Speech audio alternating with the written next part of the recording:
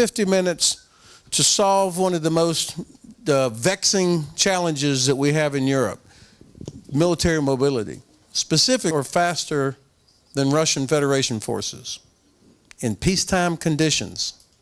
And that's the key, is this is about deterrence. This is about giving our political leaders options other than a liberation campaign into Lithuania or into Romania. So the ability to move for deterrence sake, to demonstrate to the Russians that we are prepared. That's what this is all about. It's been going on for a few years. We're better than we were, but we're not yet where we need to be. So what we have experts from France, Poland, we even have the State Secretary from the Transport Ministry of Romania, and of course General IACOB, who is the user, and he can explain operational requirements. Now, I personally don't like long speeches, so I like a much more interactive panel. And the way we will do this is, and we'll start here with General IACOB, you have 3 minutes. Yes, sir. 3 minutes to make whatever point you want to make, and then I will ask you a couple of questions about what you said, and then we'll go down the line that way. So it'll be interactive all the way through, and then of course it's open to everybody else to challenge or push back or whatever, and then 50 minutes will be gone like that. Okay? So, all right. Dragoș, you go first, sir. You're on the clock. Good morning, ladies and gentlemen. First of all, I have to make a confession. I never worked for General Hodges, but I wish I would, because he was one of the most challenging leaders that the United States Army had, in Europe at least, and I had the privilege to work with his teams. And we did some projects in which we took the military mobility as a concept. It was not even born that time, sir, if I remember correctly. But we actually put together tanks M1A1s in Cincu. Can you imagine, sir, General Hort has his own hill in Cincu. It's a small, when we decided how to deal with that training infrastructure. So a great depth of gratitude to your leadership and to your commitment in modernizing and supporting the Romanian armed forces. Military mobility, couple of things. One, I think we need to define the concept. So technically, in my mind, military mobility, one, is a key pillar of host nation support, and I have touched some of the points last afternoon, yesterday's afternoon. Second, it's the essence of intergovernmental cooperation. You can't do it alone. Third, it's a system because it gets together authorities, standards, procedures, and infrastructure. And I can share with you a story, but I only have 3 minutes, so I'll save it for the question. And then it needs to be educated. It needs to be communicated, and it needs to be standardized in understanding. Therefore, I praise the fact that we are talking in this conference about military mobility so we can get a common understanding. Now, why is important the military mobility in wartime? One, because it gives meaning to the term that you probably heard, speed of relevance. There is a saying that you are as fast as your slowest vehicle, and that's true. So speed of relevance meaning that you need to have the forces at the right time, in the right place, with the right amount of ammo, and anything that matters in combat. Secondly, it's about prioritizing and protecting it. Ukraine showed us that if you don't protect your transport infrastructure, you're getting in trouble. It became more targeted as an objective, or at least as targeted as the human beings fighting on the front line. And thirdly, and I think here is also a key point, you need to tell the people who are the manager of the infrastructure that you need to preposition stocks, and you need to build your maintenance teams and to protect those, so you make the repairs relevant enough so the availability of the infrastructure is again a planning factor. I'll stop here for now, and I'm opening to your questions, sir. Thank you. Okay, that's how you do it. Very good. That was 2 minutes and 46 seconds. All right. So, of course, I want to hear the short story you're going to tell, but you made a very important point about what Ukraine has done. I mean, fortunately, the Russians have not been able to destroy any trains or convoys bringing equipment and ammunition from Poland into Ukraine, but they have obviously been able to attack the rail infrastructure. And a lot of Ukrainian rail workers have been killed or injured. What as Romania looks at Ukraine's ability, the resilience of their transportation network, what have we learned about that?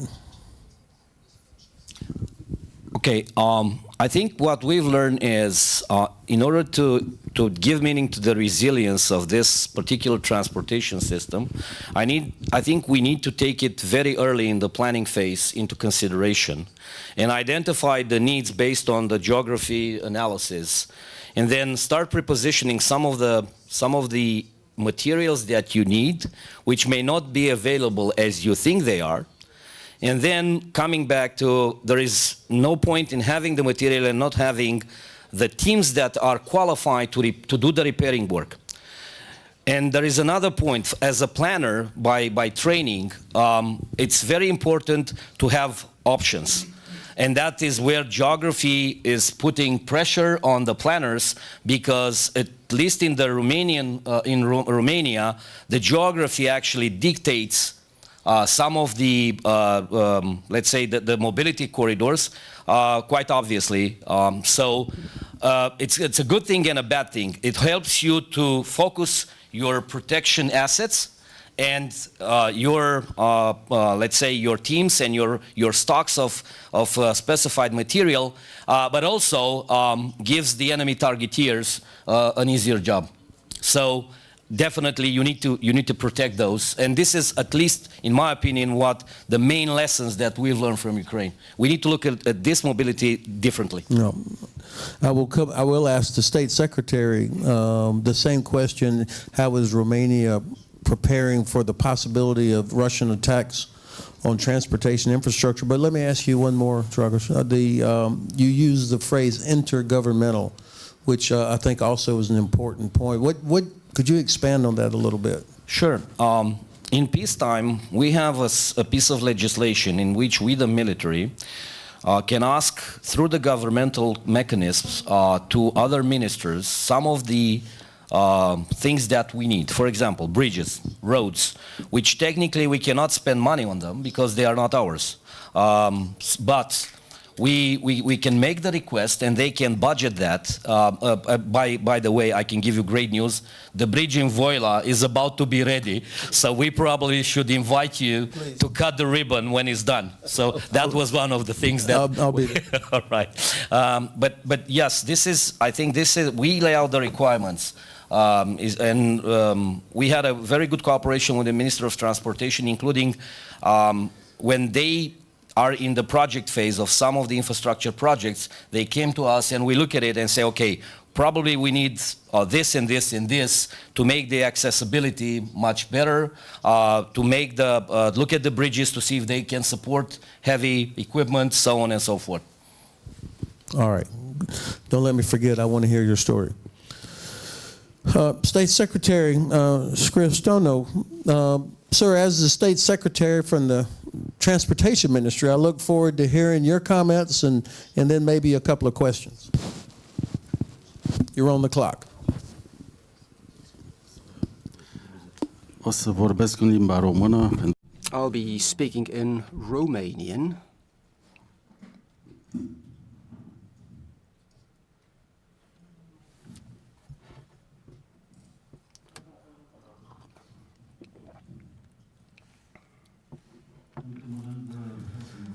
First of all, I'd like to thank the organizers for the invitation. It's a great honor to be part of this panel alongside such distinguished people dealing with defense. Mr. Hodges, whom I've had the honor to work with before the illegal war of aggression of Russia against Ukraine. And I know how much he supported the Black Sea strategy within NATO. Ever since 2020, that is before the onset of the conflict, Romania has been developing an infrastructure development plan, which, for the first time after 1989, was drafted in close collaboration and coordination with the Ministry of Defense.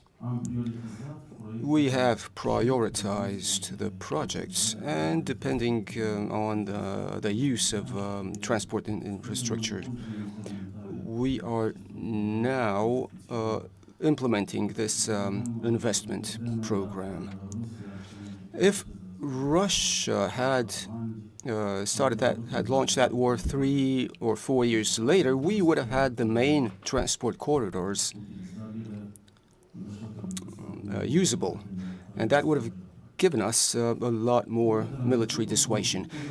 Since the onset of the conflict, Romania was under pressure, and its transport system has been tested because the 4 types of wars waged by Russia military on the Ukrainian territory, the food war that it tried to wage globally, as well as the energy war, and not least the hybrid war, all this put a lot of pressure on the Romanian transport system.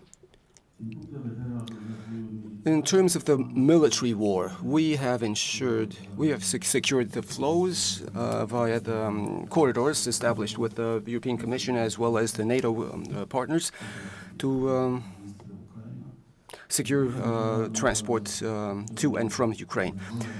As regards the Russian food war that Russia wanted to wage globally, we have secured over 65% of Ukrainian grain exports. So we have thwarted Russia's plans. In terms of the energy war, we have secured energy resources flowing to Ukraine in terms of heavy fuel oil and other fuels needed for Ukraine's survival. As regards the hybrid warfare, the Romanian transport system was under permanent attack via cyber attacks.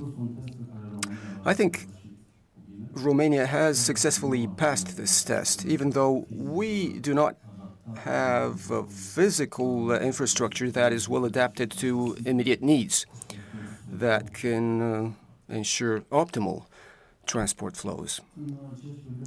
As regards the main corridors, in terms of road traffic, we have about 2,400 kilometers of corridors. 70% of that is finalized or under construction. 30%, that is 700 kilometers. These still,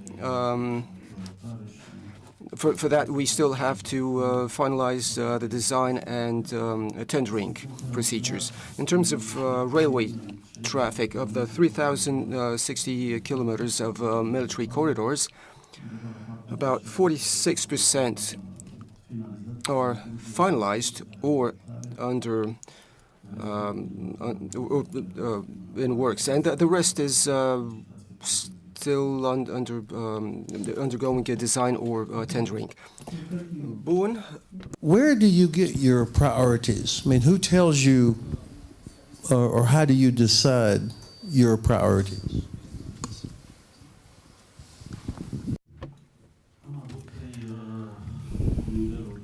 We've had 3 levels of priorities that were communicated and discussed with the Department of Defense, and depending on that, we allocated 25 points on priority number 1, and this means that in our investment plan, the other 2 categories of priorities will get a lower grade. So basically, these categories overlapped with the main European corridors that already have secured financing. As regards bridges, for instance, to be more specific, we have 7,776 bridges. Of them, 233 are located on the dual-use corridors. Out of those, 35 are in category 4th and 5th of risk, so they have security risk, transit risk, and out of those, 4 have been finalized with using European money.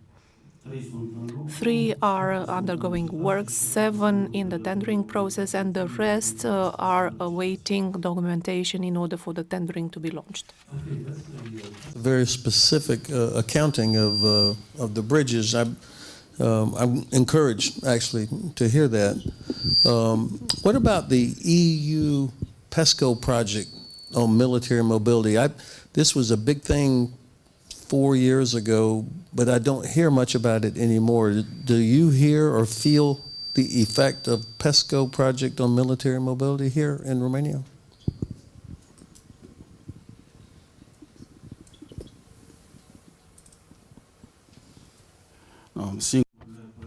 The only projects that we funded in the area of military mobility were those on the railways. So the 4 rehabilitated bridges used this CEF funding mechanism, and we have other projects ongoing using the same type of facility. Unfortunately, in 2018, the EU Commission provided huge amounts of money to fund this military mobility, but as time elapsed, the resources were significantly cut down. And not only that, so with little amount of money, the mechanisms or the facilities are very difficult to be enforced or implemented in time. It takes a lot to apply for the project, to get the project approved, to get the money, and to be able to launch the project in order to finalize an European-funded project. Yeah, that's what I was worried about. Okay, thank you.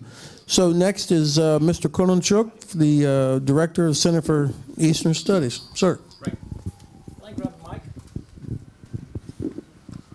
Thank you for having me here today. Let me say at the beginning that military mobility is a crucial aspect of our defense, because without military mobility, nothing really works.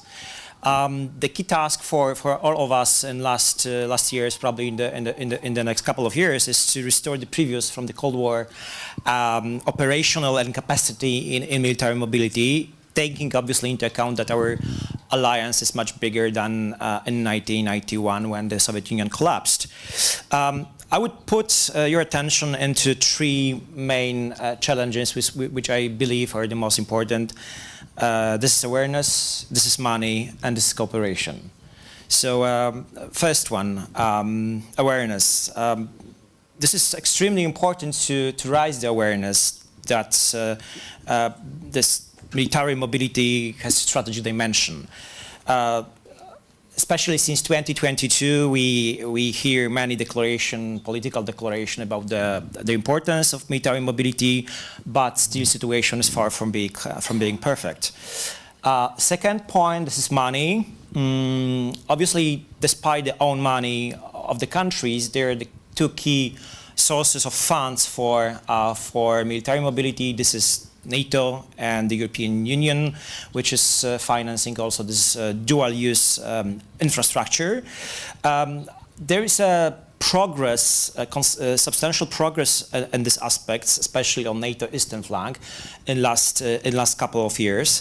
However, we are in a process of very difficult discussion inside the EU about the new financial framework for the period of 2028-2035, and obviously we have at least 2 groups of the countries. There are countries without substantial interest towards more funds for military mobility, and we have NATO, Nordic country, eastern flank countries, and to some extent also countries like Germany, which has an obvious interest in having more money for military mobility. We are, it's probably important to stress that we are not talking about the big money, really big money. I will just give you two examples. In the current financial framework, there are the two countries which are the biggest recipients of the money going from the EU funds, which is Germany. It's just 300 million euros. And Poland, which is 220. So, you know, this is really not so substantial. The question of coordination, the third point, this is extremely important because we need more coordination between NATO and the European Union.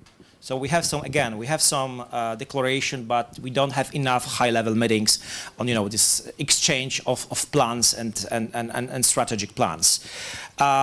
We need more cooperation with private business because in a time of crisis, without the private business and good cooperation with private business, nothing would really work. So we are having especially since 2022, more exercises in regards to military mobility, this intergovernment cooperation, but also we need more contacts, more connections with the private business, knowing that in time of crisis we will have to make our entry points, ports, especially those located in the Belgium, and I'm completing, and in the Netherlands, operational from economic use, but also for military use. And finally, my final sentence, we are expecting the Hague Summit soon, and some important decision in regards to military mobility from the NATO Eastern Flank country, especially we are expecting a decision about increasing SEPs, so Central European Pipeline System, from Bavaria to the Czech Republic and then to Poland. So Poland sits in a critical location on the map. And almost anything that NATO does, if there's a crisis or in the pre-crisis condition, will have to pass through Poland. Whether it's going up into the Baltic region or down into Carpathian region. Where does Poland get its priorities? How would you think that Poland prioritizes where they want to improve infrastructure, for example? I would say that developing of infrastructure in Poland in the last decade or so is a huge success story. Any of you who visited Poland 12 or 2 decades ago and compare it to today, this is like a revolution in infrastructure. This is good for business, this is good for economy, but it's also good for military mobility. So we successfully increase our entry points, especially with Germany and the Czech Republic. So roads, railroads, but also crucial one are ports. So Port of Gdańsk here is especially important. But also when we still have some work to do is our airports, especially central transportation hub for Warsaw, so the new airport for Warsaw. We have just recently completed our part of Via Baltica road, so Poland, the Baltic countries, and we are completing Rail Baltica, so rail connection with the three. At the same time, military mobility and the last more than 3 years of full-scale Russian invasion showed that Poland, because of its strategic geographic location, is important not only for cooperation inside the alliance, but also for Ukraine. So without Polish transport and logistic, and let me remind you that 90% of all military assistance to Ukraine is going through Poland, with 2 special key points, which is airport in Rzeszów and Port of Gdańsk again. So military mobility, an increase of development of military mobility in Poland will have an impact also on war in Ukraine. So how do you explain to politicians in Poland why this matters? I mean, this is not just for the convenience of U.S. or Romanian or Polish or German forces for exercises. How would you describe to a room full of skeptical politicians that are having to make hard decisions about money, why does it matter? What's the whole point of military mobility?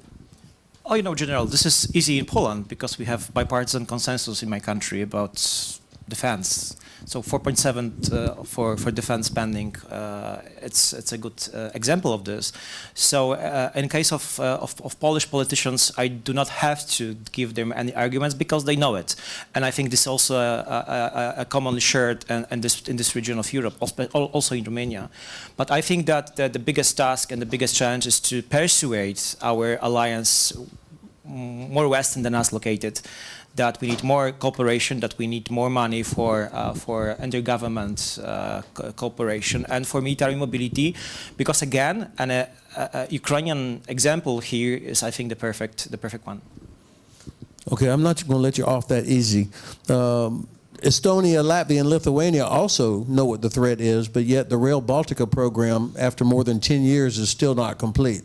They have not been able to finish this project, which would allow rail car using European gauge to move from Bialystok all the way to Tallinn. So how would there's a good explanation for that. How would I explain to skeptical parliamentarians in Latvia, for example, or Estonia, why this matters? And go ahead with your easy explanation. Yeah, with pleasure, sir. I think that you see, when somebody says "sir" like that at the end, it's a classic way to be disrespectful without being disrespectful. Soldiers learn this at an early age. I think in case of the Baltic countries, there is a financial challenge. So they are still not completing their part of the Rail Baltica, for example, because of the huge financial burden. So again, it's a one more example that we need more funds for cooperation in the framework of military mobility, in the framework of the alliance, because such a small countries like the Baltic one, the burden is too big for them. Okay, I think it's more actually the three countries are not cooperating, and this project was held up because the Latvians wanted a brand new main train station for Riga, which is okay, but it's not on the main line, and so this has been part of the holdup. I don't think it's just money, but we can debate that.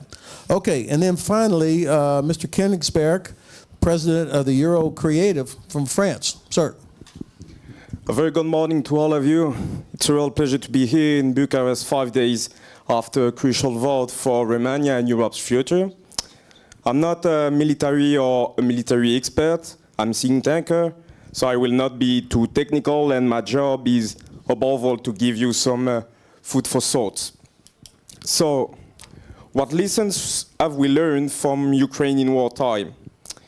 Two remarks taken from the field in Ukraine and from two training visits to Ukraine soldiers by the French army. The first, while drones have not fundamentally revolutionized warfare, they have led the two armies to adapt and to review their mobility and the protection of their infrastructures. These changes have also been forced by the increase in long-range missile strikes. The presence of drones and massive production have made mobility very uncertain. We need to be very discreet. Mobility has been undermined, as have troop movements, and this has shown above all the importance of investing in anti-aircraft and anti-drone defenses to protect ourselves. The second, I've learned that the French army, and this might be the case for all European armies by now, are in the process of relearning how to build trenches. When we talk about infrastructures, we always think of very sophisticated ones, but on the battlefield today, in high-intensity conventional warfare, the trench is an essential infrastructure, and we are collectively in the process of relearning this. This is one of the lessons of the war in Ukraine. And last comment, and I'm sorry I'm going to have to take on my French role and talk about European strategic autonomy, because we are also in the prospective exercise and we have to put forward several possibilities. There are many infrastructure and mobility problems, and perhaps we need to be much more directly present and deployed on the eastern flank to deal with these problems. When I say we, I mean the European countries, those that shoot from the European pillar of NATO. We need to be directly on the ground in the event of conflict, rather than waiting for aggression and having to deal with the problems of mobility and infrastructure that have been mentioned. This is also the sense of the French soldier deployed in Romania or Estonia, or the next German brigade deployed in Lithuania. Being realistic means preparing for the disruption of transatlantic links, which does not mean that we should put them aside, as they are our greatest guarantee of security, but we must have a plan for a potential withdrawal or reduction of American troops here and build a real European pillar of NATO. We can talk for hours about European defense, about the defense of Europe, about everything we need to strengthen Europe's eastern flank, about the problems linked to mobility and infrastructure, but in the short terms, we need a lot more troops on the ground, and above all, European troops on the ground now. So I do believe it's essential to increase our military presence on the eastern flank, so that we are not too caught by these issues of troop mobility and deployment if one day the European NATO countries really do have to go to war. Okay, thank you for that. So we have French troops that are in Romania now, have been here for some time. What is the, what have we learned from the French deployment thus far about military mobility specifically? I mean, what are we hearing from the commander of the French troops there about what he needs?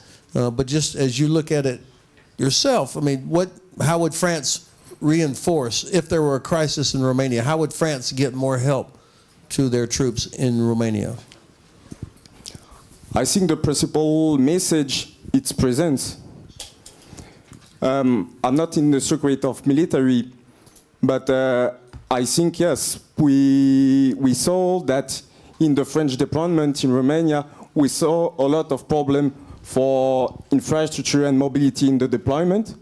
But I think the principal message and the principal lessons, it's that a French presence in Romania is very important to make this reassurance in NATO. It absolutely is important, but do you think that most French members of the assembly or in the population are they aware that you have hundreds of French soldiers that are all the way into Romania, and that it would be a challenge to get reinforcements to them? Not specifically French member of parliament or the French population, but in France, the military subjects are in the hand of the French president. And I think the French president is very aware about this specific question. But yes, I think he wants to send more troops in the eastern flank, in Estonia, maybe in Poland, in Romania, but he needs more political signal by the local politicals. Because we saw in the recent Romanian election that send soldiers in the eastern flank, it can be a real risk, a political risk, because they can be accused to prepare a coup d'etat in the country. So it's a political risk, and we need to be to have this reassurance by the political authorities. I'm sorry, I did not understand the coup d'etat part. Who could be accused of that? Georges Simeon or very near allies of him accuse French soldiers prepare a coup d'etat. In Romania? Yes. Oh, okay, I not heard that. On TikTok. Okay, fortunately it turned out not to be true. Okay, before I open it up, I am dying to hear General IACOB's story. which may be illustrative for all of us. Sir, if you remember, I started in my short intervention, I was talking about the military mobility and its components, in my opinion. I have to make a warning. There is a tendency to make from important concepts shining objects, which sometimes lose their meanings. So I'll say it again, I think military mobility, it's about authorities, standards, infrastructure, and procedures. My story goes like that.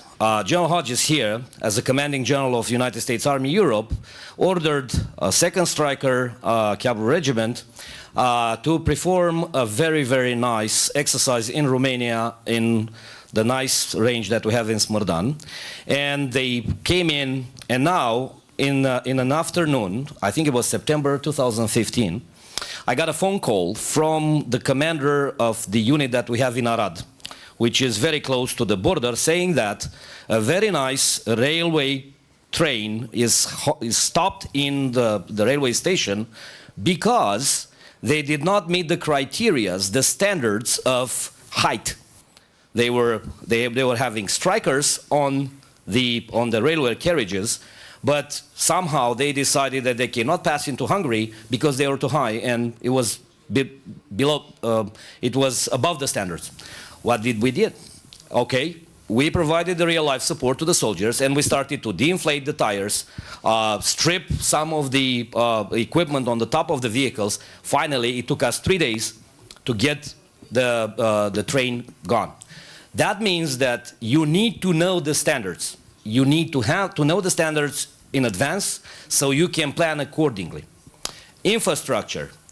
I know General Hodges received a message in a November night from his team in Romania telling him the good news that the first 2 M1A1s managed to cross Olt River on their way to Cincu. That's the second story, sir. You definitely know that. I received the same message from my people saying, hey, we managed to cross across the dam on the Drif, which is a small village on Olt River. And it was a very, very good example of why do you need the proper infrastructure in order to move military hardware. That were my 2 stories, which involved you, sir, and I apologize.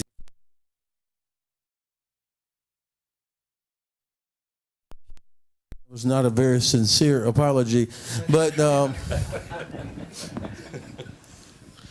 I think actually you make a good point that the only way we improve military mobility is through training and exercises to find out where we don't have a good picture of the infrastructure, what bridges can hold the weight of an Abrams or a Leopard, much more than obviously a T-72.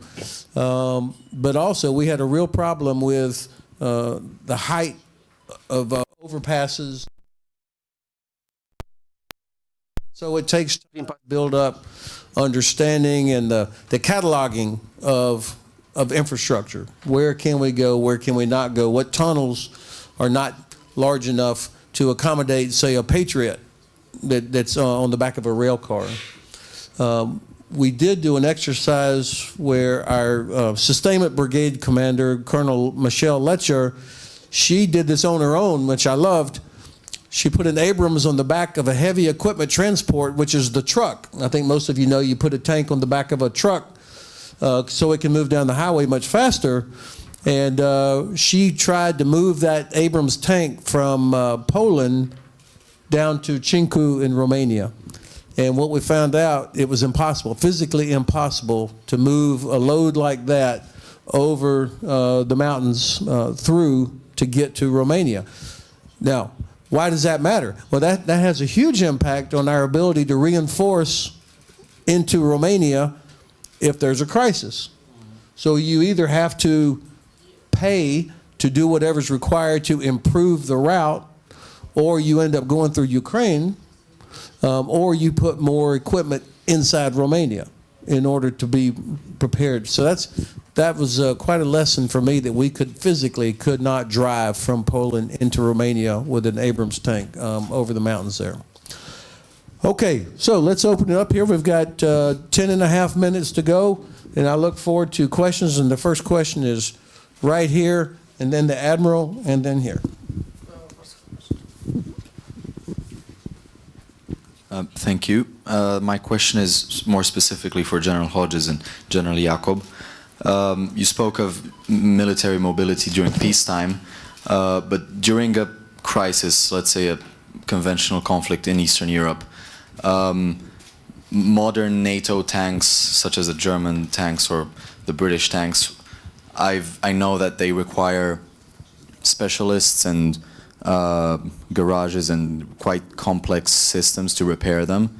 So how would we see heavy vehicles going back and forth from the front line and back to somewhere where they could be repaired? And how difficult would that be? Thank you. That was an easy question. Thank you very much. I will probably have to dodge it because I will have to talk war planning, and I'm not allowed to because of the classification. I'm joking. Of course, it is a matter of planning. And that's why I'm coming back to not put this concept on a pedestal and say, what a shiny concept we have. We can talk 10 more conferences about it. But for me as a military planner, it's quite easy. I know what the requirement is, and I'm finding the solutions for that requirement. Multinational maintenance can be a nightmare, and it is a nightmare unless you plan it in advance, unless you know exactly what it's all about. And if you really would like to see how that goes, find an Ukrainian who wants to share and to tell you how interesting is the maintenance when you have various types of equipment, everyone with its own streamline of spare parts and so on and so forth. The short answer to your question is through planning. So you know what you know your terrain, your infrastructure, you know the limitations, you add the enemy action because the enemy has a vote every single time, and then you start planning and you offer options to your commanding officer or general so you can execute the plan. It's that easy. And it's that complex. I would just only add that the concept in the U.S. Army, and I think in most other modern armies, is to fix forward, so to have as much maintenance capability forward so that you're not dragging a vehicle back. Soldiers know that when they turn in their equipment to maintenance, they may not see it for weeks. And so soldiers will sometimes hang on to something that's operating at less than perfect standard because at least having it, it's better than not having it. So if you have maintenance capability that's well forward to do some levels of maintenance, I think that helps. That's the quickest way to turn it around and take some of that burden off. But the general's right about the planning. Admiral Kamenenko, sir. My question is addressed also to General Jacob. Do you consider any place and role of fortifications in mobility concept? It's a question not only about fortification in the vicinity of first line or in the first line, but in by the perspective. Thank you. Thank you very much for the question, Admiral. The short answer would be yes. Because my final comment would have been, when it comes to the infrastructure dedicated to transportation infrastructure, you have to protect it, repair it, and use it wisely. So definitely you can do some protective works in regards to your infrastructure, to your transportation, where you put your teams. I would probably say that the repairing teams for the transportation may become key value assets if you are smart. So the answer would be yes, I think you need to protect those. But it's also a matter of deciding the priorities. And this is also based on what you've learned from the enemy, as we all know as military planners. So looking at his targeting pattern, I'll probably move around my priorities in executing some of the fortifications that you're talking about. I think it's important also that before we start putting down dragon's teeth and minefields and barbed wire, that we understand the NATO regional defense plan. because nations are starting to put obstacles along their borders, understandably, especially Lithuania and Poland, Estonia. But you don't want those obstacles to be an obstacle to your own maneuver. So integration of obstacle planning into the overall regional and national defense plans, I think you need to be careful about that. Okay, this gentleman right here. And then over here in the suit, brown suit. Yes. So, good morning. I'm Josip Bence, retired Navy captain. I have a question for the State Secretary, and please let me to use the Romanian to be better understand. Avem în România una dintre cele. In Romania, we have one of the most beautiful mobility units. It's called Danube.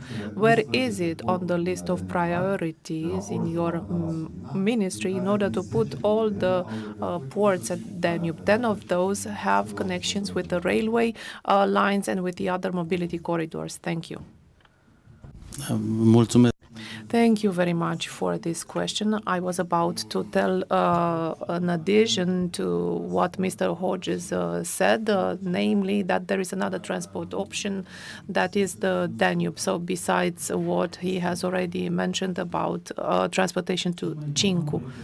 The most important project that we are developing nowadays, I think, out of all modes of transportation, is that Fast Danube project. It's a project that will upstream the river flows on the territory of Romania and will provide predictable transportation all throughout the year. And that's extremely important to facilitate military and trade transportation on the Danube. What the war in Ukraine showed us was how important Danube was and how important Constanța port is when it comes to the eastern flank strategy. So our investments are rooted as a matter of priority for the Constanța port in order to use the two channels, Danube Black Sea and Sulina channel. And this is what Fast Danube will enable us. And of course, the interoperability of the upstream ports is very important. That is something that we take into calculation, and it's been an option that we would have used had the Ukrainian Danube ports been unable to operate. The Danube, excellent point, and I'm glad to hear that Romania is emphasizing that. Okay, the last question over here, this gentleman. Thank you very much. My question is going to Mr. SCRIOFTTEANU also, and I can go in Romania if you need it. Mobilitatea militară.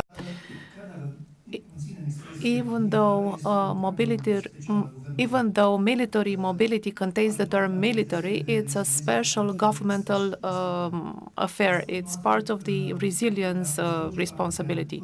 You said that had the war begun 3 years later, we would have been in a better shape. We are 3 years after. Do you think we're in a better shape? Is there the same gauge in between Romania and Moldova when it comes to railway lines? Well, when I said 3 years before, I meant today, and we would have been ready with our main closed railway corridors. Yes, you're right. The war in Ukraine highlighted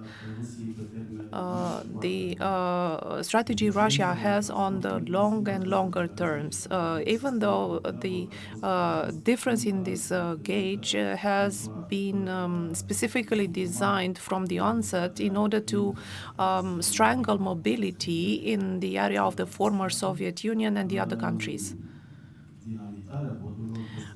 Putting dynamite on the Danube bridges. There were 27 before 1940s, and now we have 6 bridges over the Danube. That has been a strategy as well. And we have a joint project with the Republic of Moldova to build an European gauge railway line until Chișinău. to Chișinău. To that effect, we submitted a first joint project with the Republic of Moldova to upgrade and to electrify the railway line since Ungheni to the first railway of the Republic of Moldova, so that trains can use this gauge to go into Moldova. And I know that in the Republic of Moldova, the French partners have a feasibility study to devise this railway line until Chișinău, to Chișinău. We cooperate very closely with the Republic of Moldova to prepare the railway lines and to prepare projects for the pre-accession stage. We cooperate with them to continue the highway and to upgrade the gauge lines. Some applause for this great panel here.